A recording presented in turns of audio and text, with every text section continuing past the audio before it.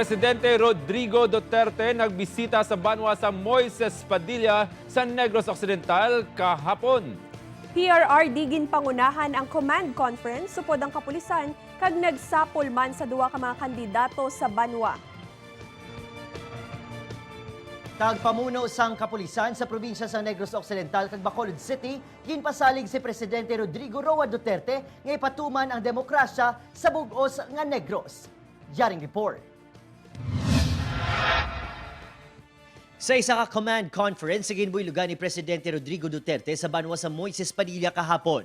Hugot nga mando sini sa kapulisan nga ipatuman ang demokrasya sa bugos nga probinsya. Meron tayong every polling precinct, meron tayo doong 2 personnel each polling precinct.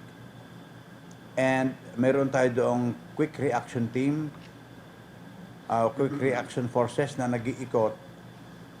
Mautigin plasar sa presidente ang mga security plan nga ipatuman sa banwa nga ginpaidalom na sa Comelec control.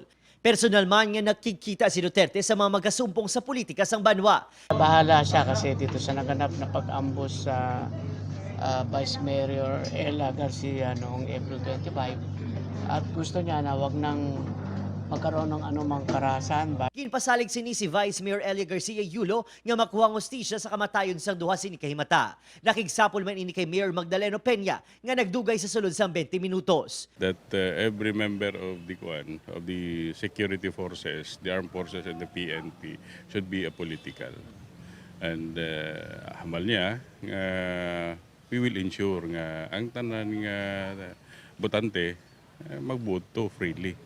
Dugang ni Binyas, mando man ni PRRD nga maghatag sang police assistance sa mga kabaranggayan nga nakulbaan magboto bangod sa inaway politika o kon presensya sa mga rebelde sa ila lugar.